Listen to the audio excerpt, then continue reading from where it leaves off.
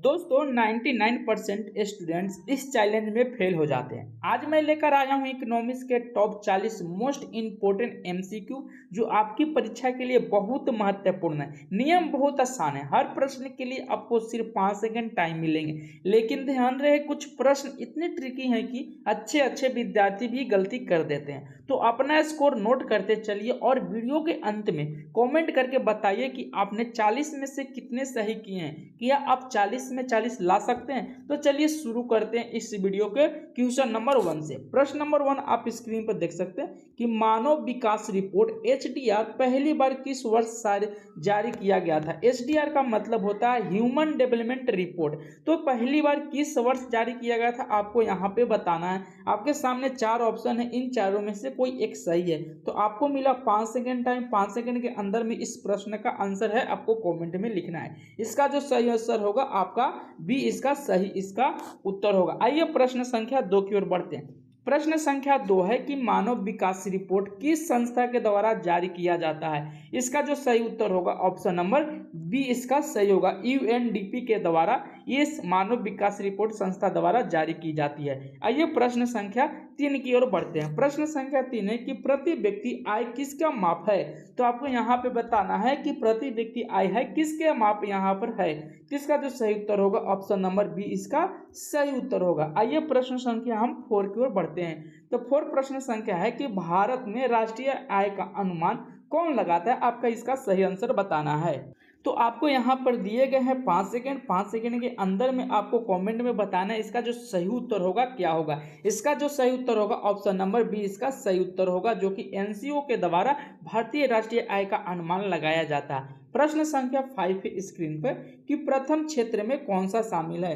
तो इसमें बताना है कि 4 ऑप्शन में कि प्रथम क्षेत्र में कौन कौन से आते हैं, आपको यहाँ पे कमेंट करके बताना है। फिर भी आपको यहाँ पर 5 सेकंड टाइम दिया गया है, इसका आंसर है कमेंट में छापना है। इसका जो सही उत्तर होगा ऑप्शन नंबर सी इसका सही उत्तर होगा, जो कि कृषि क्षेत्र को प्राथमिक क्षेत्र में शामिल किया गया है। आइए प्रश्न संख्या 6 की ओर बढ़ते हैं। प्रश्न संख्या 6 है कि तृतीय क्षेत्र में संबंधित है। अगर बताना है कि तृतीय क्षेत्र में इन चारों में से किसको शामिल किया गया है। इसका जो सही उत्तर होगा ऑप्शन नंबर बी इसका सही उत्तर होगा।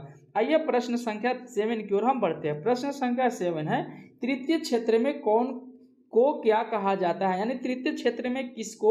यहाँ 4 ऑप्शन दिया है कि इसमें से किसको क्या कहा जाता है। तृतीय क्षेत्र में है इसका एक सेवा क्षेत्र। सेवा क्षेत्र को हम क्या कहते हैं, ऑप्शन नंबर बी इसका सही उत्तर होगा। सेवा क्षेत्र को हम तृतीय क्षेत्र में भी शामिल किया गया है। आइए प्रश्न संख्या अब 8 की ओर बढ़ते हैं। प्रश्न संख्या 8 है आपके स्क्रीन पे। इसका जो है आंसर आपको कमेंट में बताना है कि इसका सही उत्तर क्या होगा। आपको 5 सेकंड टाइम दिया गया है। तो मुद्रा का मुख्य कार्य क्या है आपको यहाँ पे बताना है। इसका जो सही उत्तर होगा ऑप्शन नंबर ए इसका सही होगा, विनिमय का माध्यम को रखना। आइए प्रश्न संख्या 9 की ओर बढ़ते हैं, जो कि स्क्रीन पे भी देख सकते हैं।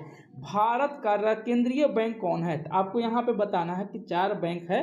4 बैंक में सबसे केंद्र यानी कि सेंट्रल का बैंक कौन है आपको यहाँ पे बताना है। इसका जो सही उत्तर होगा ऑप्शन नंबर बी इसका सही उत्तर होगा, जो कि आरबीआई है, केंद्रीय बैंक है, जो कि रिजर्व बैंक ऑफ इंडिया है, सेंट्रल बैंक है।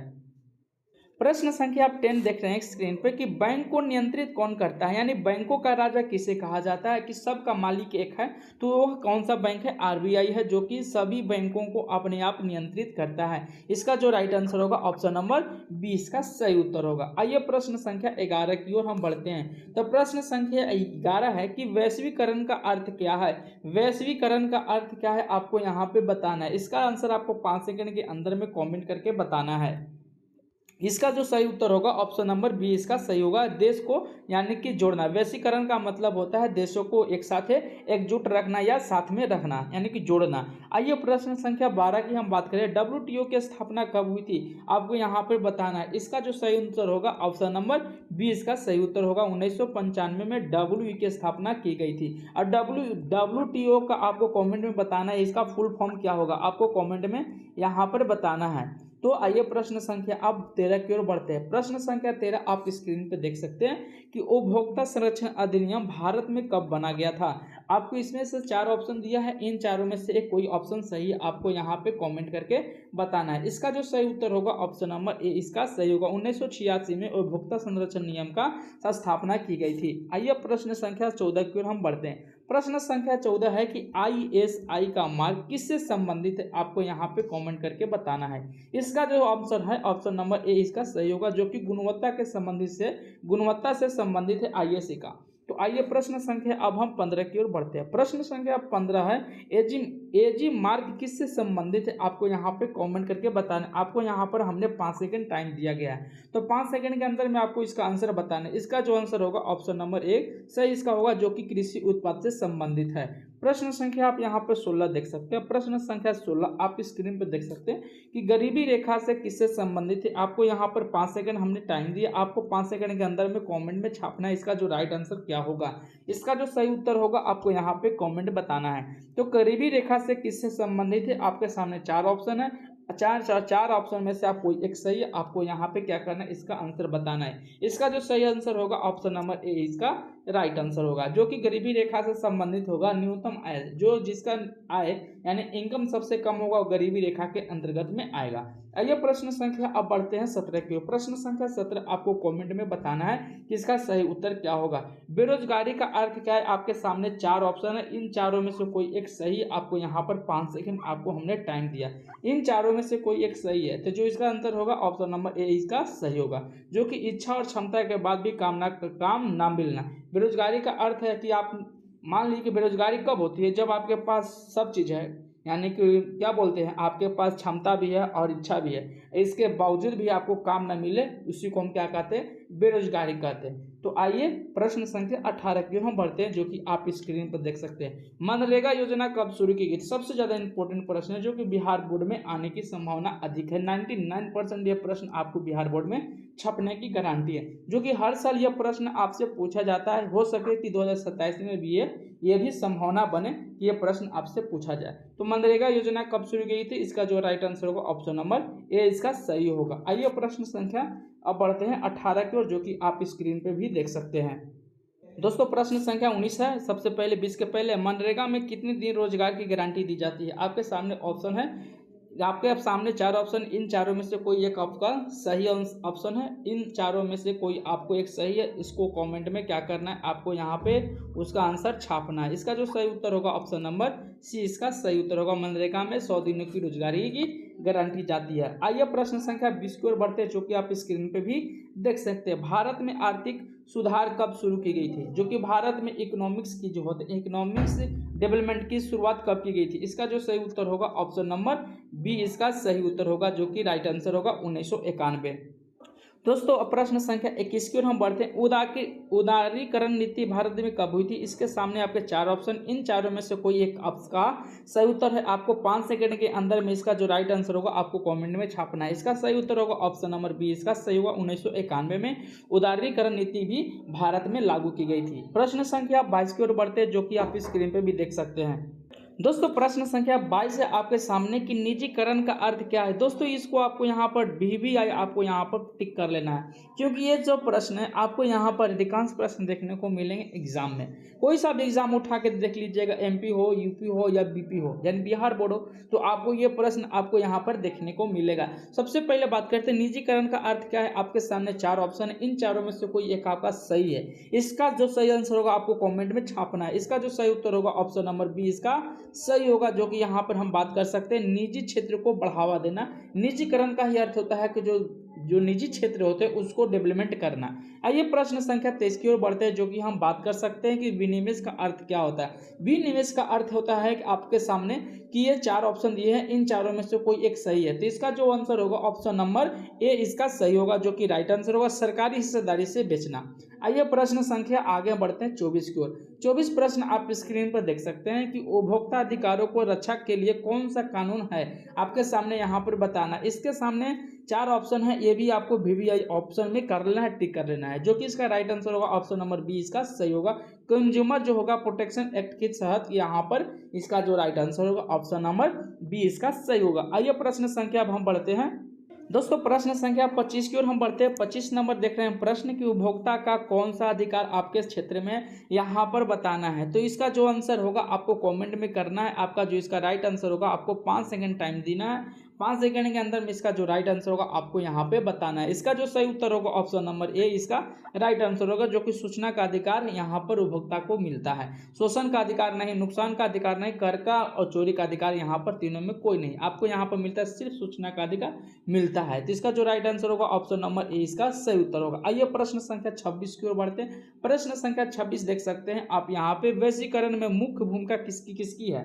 तो यहाँ पर बताना है कि वैश्वीकरण में मुख्य भूमिका किसकी होती है। जिसके पास ज्यादा बहुराष्ट्रीय कंपनियां हैं, बहुराष्ट्रीय कंपनियां कितनी आपको यहाँ पे कमेंट में छापना है। तो बहुराष्ट्रीय कंपनी के आपको नाम बताना है कितनी यहाँ पर है। इसका जो राइट आंसर होगा ऑप्शन नंबर ए सही इसका उत्तर होगा, बहुराष्ट्रीय कंपनियां हैं। तो अब वैश्वीकरण में मुख्य भूमिका किसकी होती है, बहुराष्ट्रीय कंपनियां के जो राष्ट्रीय स्तर पर काम करती है। तो आइए प्रश्न संख्या 27 की ओर हम बढ़ते हैं। 27 प्रश्न कर रहा है बहुराष्ट्रीय कंपनी एमएनसी क्या है। आपको यहाँ पे बताना है कि एमएनसी का क्या अर्थ है।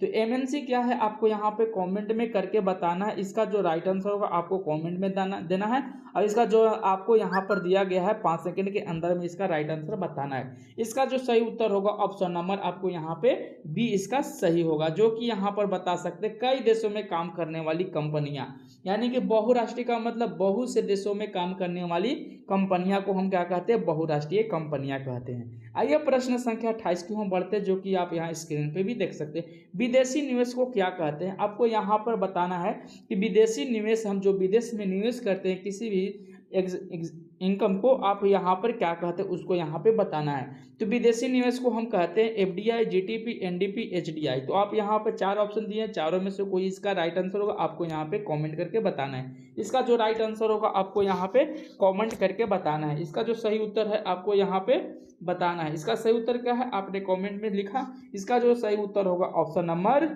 ए इसका सही होगा, जो कि एफडीआई बोलते हैं। एफडीआई हो विदेशी निवेशी को कहते हैं। तो आइए प्रश्न संख्या अब हम 29 की ओर बढ़ते हैं, जो कि स्क्रीन पे देख सकते हैं।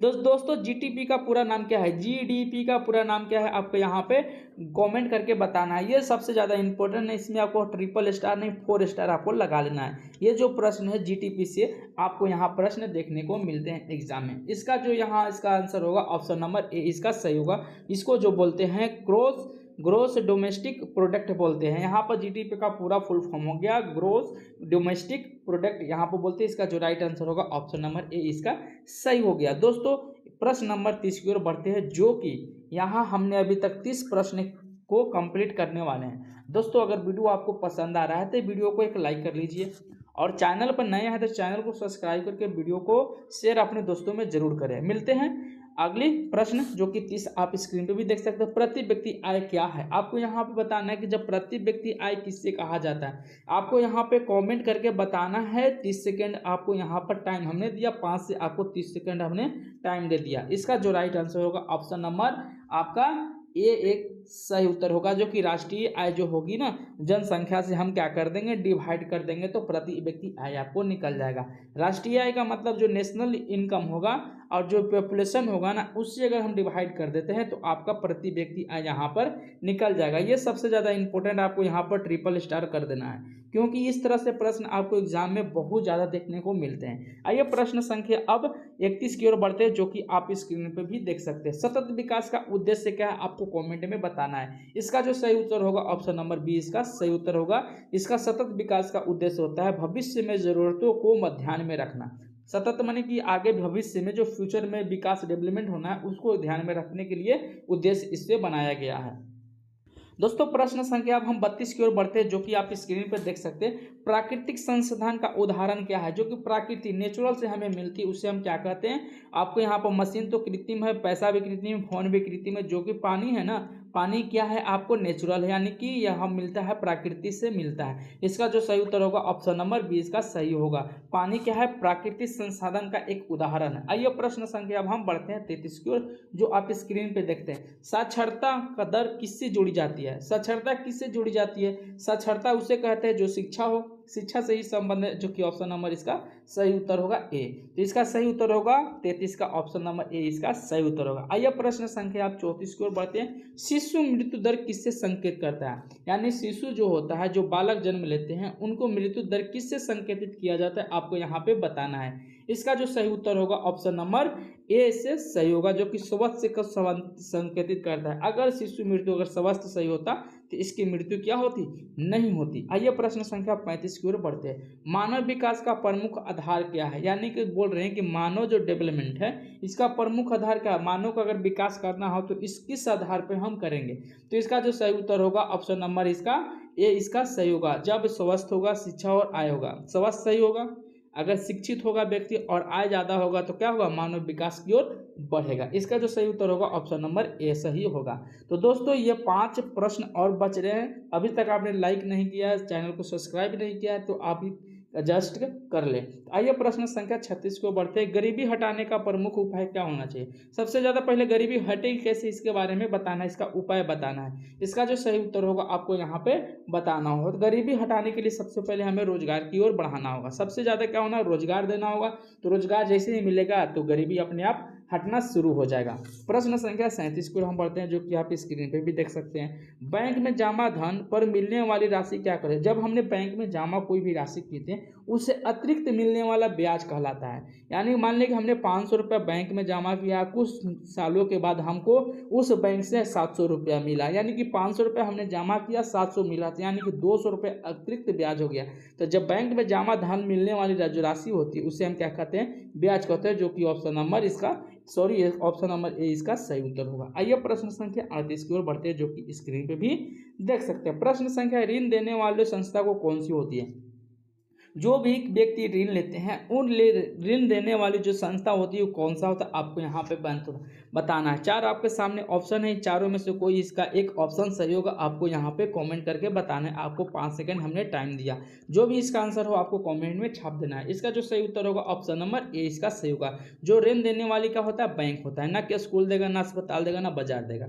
आपको इन तीनों में से कोई भी नहीं देगा, आपको सिर्फ जो ऋण देगा वो क्या देगा, बैंक देगा। आइए प्रश्न संख्या 39 की ओर बढ़ते हैं, जो कि आज का सेकंड लास्ट क्वेश्चन है। तो प्रश्न संख्या 39 है कि मुद्रा का आधुनिक रूप क्या होता है। जो मुद्रा रुपया होती है उसका आधुनिक रूप क्या है, आपको यहाँ पे बताना है। यहाँ सिक्का या नोट की बात किया जा रहा है, जो कि इसका सही उत्तर होगा ऑप्शन नंबर ए इसका सही उत्तर होगा। तो प्रश्न संख्या आज का 40 प्रश्न है, जो कि यहाँ पर आपको 40वां जो प्रश्न है आपको कमेंट में बताना है इसका राइट आंसर क्या होगा। दोस्तों ये वीडियो आपको कैसा लगा आप यहाँ पे कमेंट करके भी बता सकते हैं। अगर आप वीडियो अच्छा लग रहा है तो एक लाइक कर लीजिए, चैनल पर नए हैं चैनल को सब्सक्राइब कर लीजिए, और दोस्तों में अपने वीडियो को शेयर को जरूर करें। दोस्तों मिलते हैं अगले पार्ट में ऐसे इंपॉर्टेंट क्वेश्चन जो कि बिहार बोर्ड 2027 से इंपॉर्टेंट हो। तो मिलते हैं अगले वीडियो में, तब तक जय हिंद, जय भारत, जय बिहार। खेलिए, पढ़िए और मस्ती करिए।